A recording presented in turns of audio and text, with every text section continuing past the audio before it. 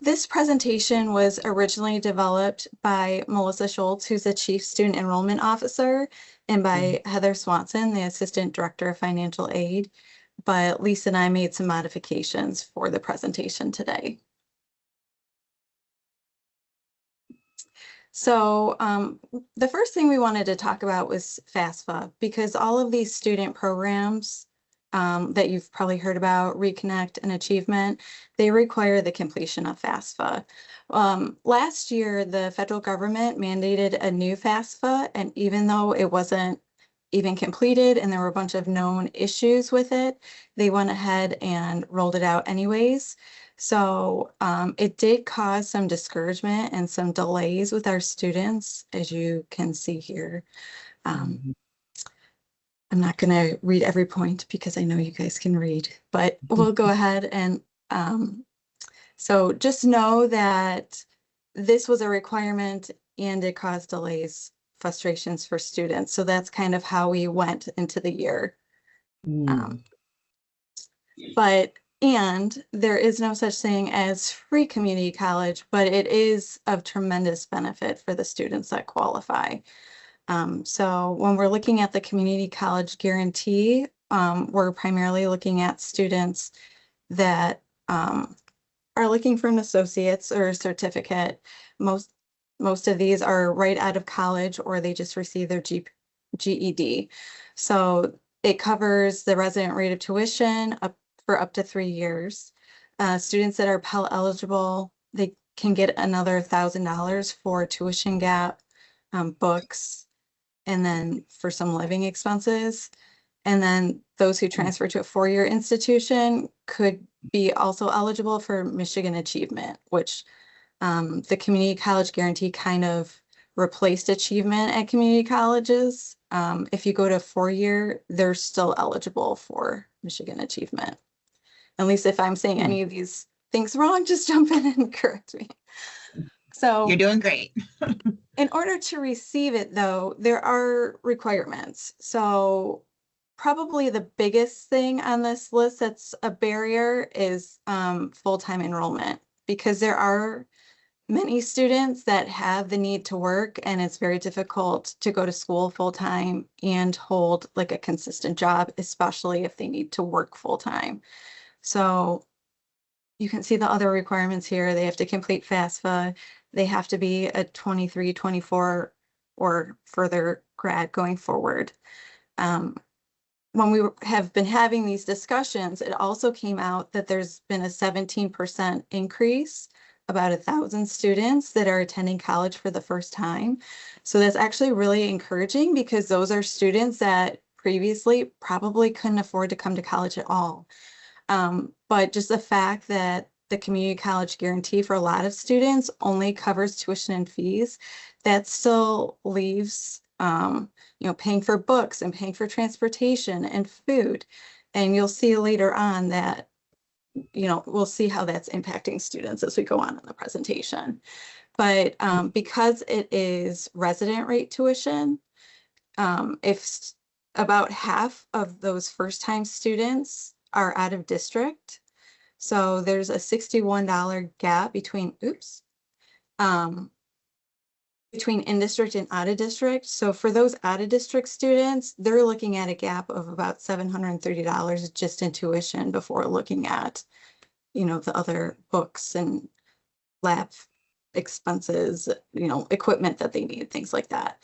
And then the students that aren't eligible, so those attending part-time, international students, students that don't complete FAFSA, some students, their parents won't complete FAFSA, and then students that graduated prior to May of 23.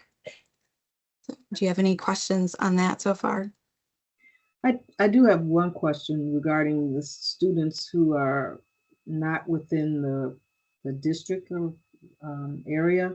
So they can get money, they just don't get as much as those who are living within the district. So they get the resident rate.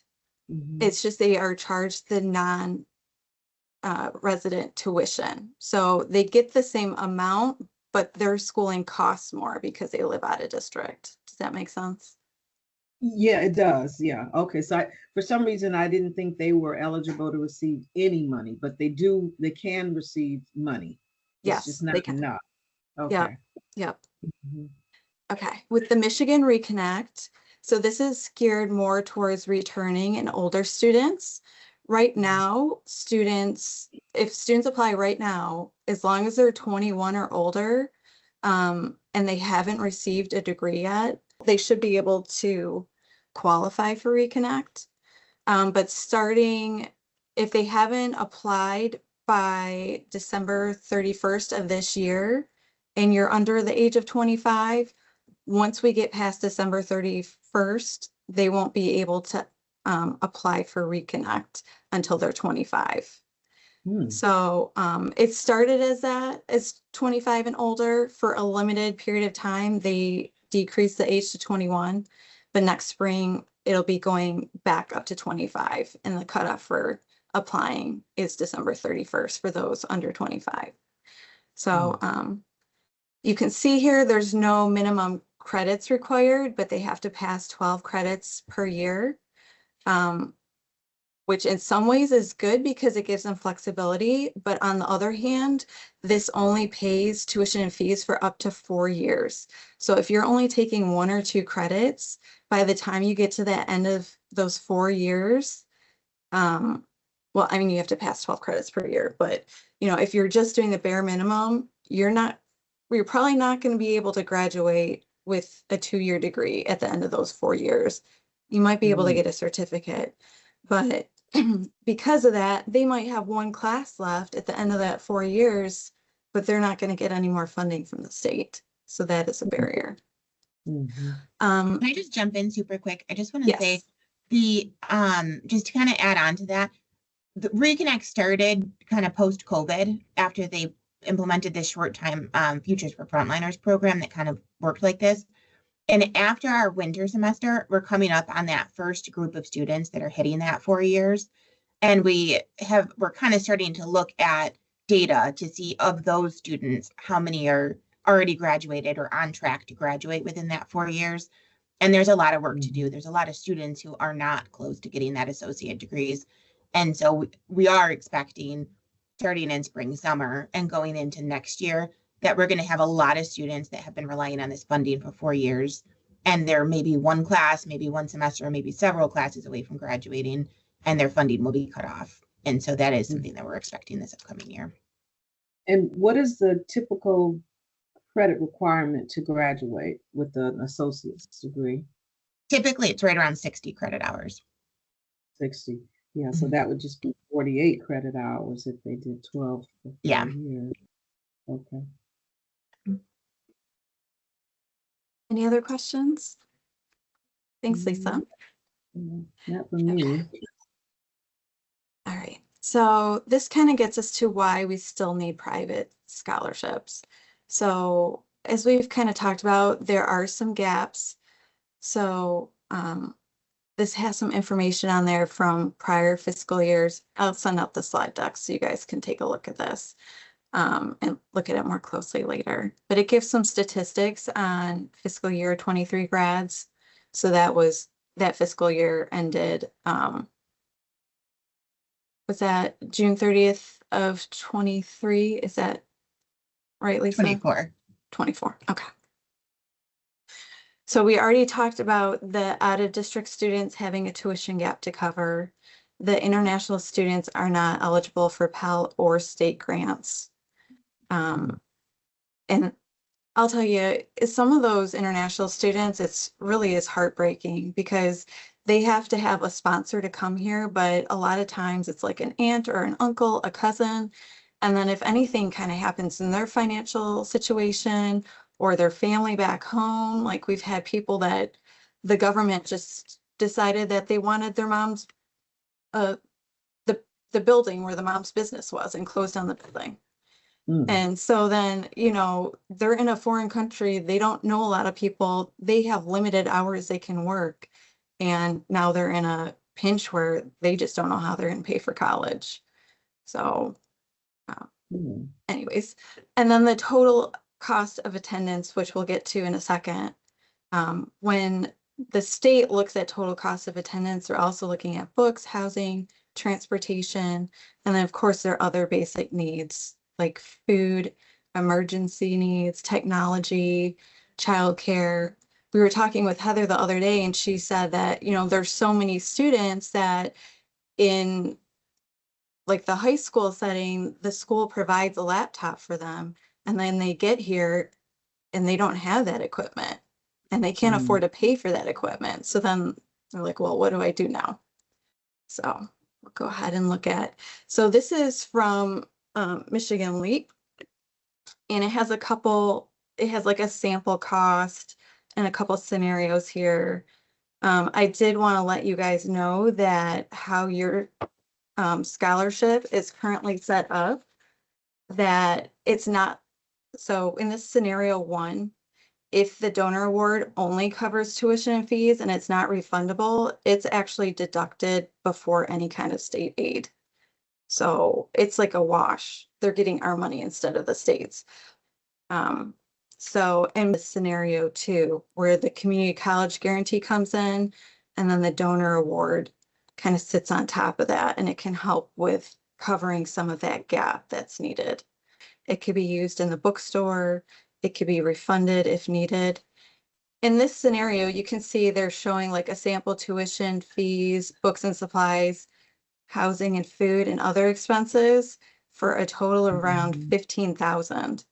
So if you're looking at what they're getting with the community college guarantee, and then, like that 1,000 that you guys all have generously donated, that's a total of about 4,500. And this is showing like their overall expenses is really around 15,000. So, I mean, that should make you feel good that like your money is not going to waste. It is definitely being utilized for students and their expenses. We also did a student needs survey here at the college. And you can see down in this graphic here, some of the top students indicated they had difficulty paying for utilities, food, living expenses, transportation, medical care. And really, I think the things that I hear about most in our office are definitely transportation and food insecurities. We've been having many, many conversations on campus about food insecurities and what we can do. We do have a student food pantry here on campus. We're talking about how we could possibly expand those services to continue to meet the needs of our students here.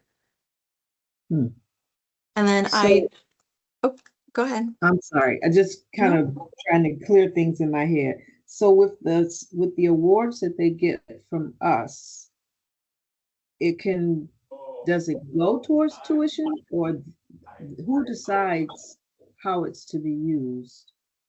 The way that theirs is set up, basically kind of what happens is it's kind of like think of like a funnel where we have our on-campus billable charges. So first there's classroom fees, so the tuition and fees, and then there's bookstore if they can purchase it.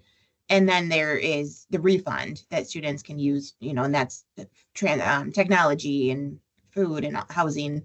And so the community college guarantee is going to hit that first kind of bucket. So it'll pay towards tuition and fees. So if you have a student who's getting community college guarantee that's a resident student, then that community college guarantee is covering the tuition and fees. That makes yours available at the bookstore or be a refund. If you have a non-resident student, community college guarantee is paying the majority of tuition, but it's leaving that right around $730 if they're in 12 credit hours. So yours would come in and pay that $730 and then get the rest available at the bookstore. Okay, thank you for that clarification. So, and we can talk a lot, but I wanted to include a couple quotes so you can see from our students how this additional funding has helped them. I got the idea to do that because we award a lot of scholarships, and I was reading some thank you letters this morning, and this just happened to come up, and I'm like, oh, this is perfect. So I'll go ahead and read this. This one says, thank you so much for providing me with this scholarship. A little about me is that I grew up in Southwest Detroit. I lived there until the age of 20. I attended Eastern Michigan University until 2014, where I dropped out because I needed to work full-time to support myself to live on my own. For many years, I worked 3 jobs, working as many 80 hours a week. I didn't have any time to go back to school or to pay for it. I officially started at Schoolcraft last year after receiving the Michigan Reconnect Scholarship, which made it possible for me to afford going back to school. I'm currently working on my associate degree here in fine arts. After completing that, I would like to re-attend Eastern Michigan to receive a bachelor's in history. I applied for scholarships because I could not afford to pay for schooling on my own, as I'm a single woman who has to support herself. The amount owed after my Reconnect scholarship is still too much for me to afford, as I do not have a lot of income left after paying all my bills. And we have seen students, it's not shocking to me anymore to have at least one or two students say in their thank you letters each year that they are homeless, that they worked all summer to save up their money so that they could come to college in the fall. So we have some students, which you would think it's weird because we're in such like a heart of a good community here, right? There are students that are homeless. There's students dealing with food insecurities, students having to decide whether they can afford good meals for their kids or make their next tuition payment. And it really is heartbreaking, some of these stories. Here we have Whitney C.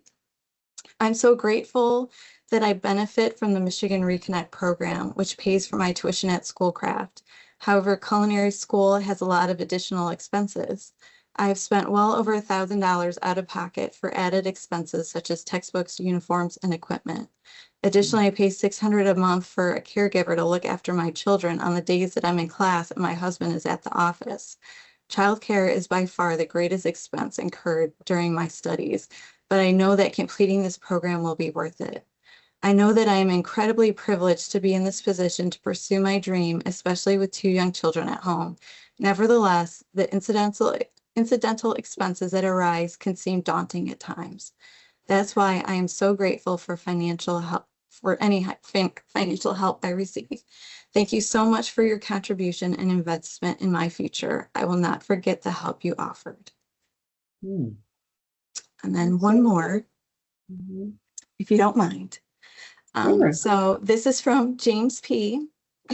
He said, well, to start, I've been divorced for 3 years and my ex-wife gave up her rights to our children. Now I'm a single father raising both my boys alone. I work 60 to 70 hours a week, each and every week to support my children.